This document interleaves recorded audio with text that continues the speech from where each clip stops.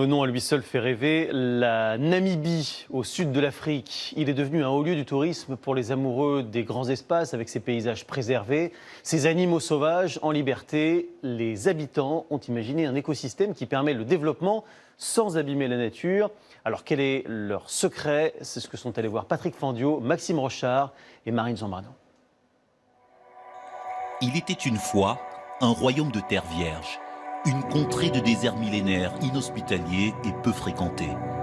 Un air de Far West, à l'ouest de la Namibie. Dans ces régions perdues, sur plusieurs dizaines d'hectares, des bouts de territoire comme celui-ci.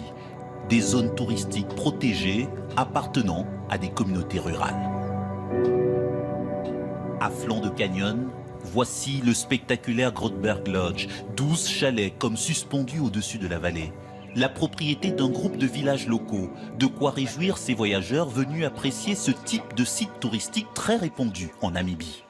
De savoir que ça appartient à la communauté et que même si c'est géré par d'autres, au moins que ça appartient à la communauté et qu'ils prennent un peu possession de leur richesse à eux, simplement.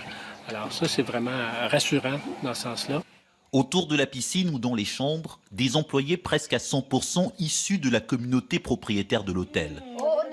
Une aubaine pour ces femmes, des ex-chômeuses qui aspirent à diriger un jour leur établissement. J'ai commencé ici en 2007 en tant que serveuse et j'ai été promue après 10 ans en tant qu'assistante de direction. Je suis très fière de moi et heureuse de travailler dans ce lodge. Géré par une entreprise privée, l'hôtel reverse obligatoirement chaque année 75% de ses bénéfices à la communauté. Une manne de 130 000 € l'an dernier. Ce qui a permis au village de se construire ce pensionnat. Un lieu qui a redonné le goût de l'école aux enfants de la région. Pas moins de 25 par dortoir avec une scolarité gratuite.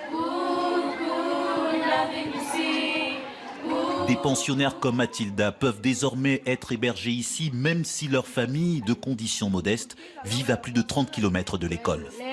Ça serait difficile pour moi de venir à l'école s'il n'y avait pas ce pensionnat, car je devrais venir en marchant, alors que chez moi, c'est vraiment très loin. Ici, il n'y a pas de moyen de locomotion et nous n'avons pas de voiture. C'est vraiment dur de venir ici. Dans ce bout de territoire, la communauté veille sur son patrimoine le plus précieux, sa faune sauvage.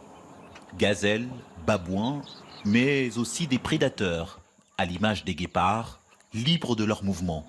Si libres qu'ils s'attaquent parfois aux troupeaux des fermiers comme Lena, qui a perdu tout son cheptel il y a quelques mois, décimé en une nuit par des lions.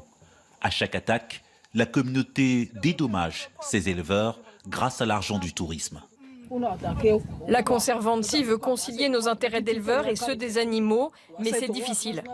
C'est vrai qu'elle m'a indemnisée avec 50 nouvelles chèvres, mais je suis furieuse, car c'est à cause de ce système qui protège les lions que mon troupeau a été décimé. Tenter de préserver la vie sauvage tout en développant les communautés grâce à un tourisme responsable, un triptyque namibien qui fait des émules à travers le monde, où l'expérience du pays est devenue une référence.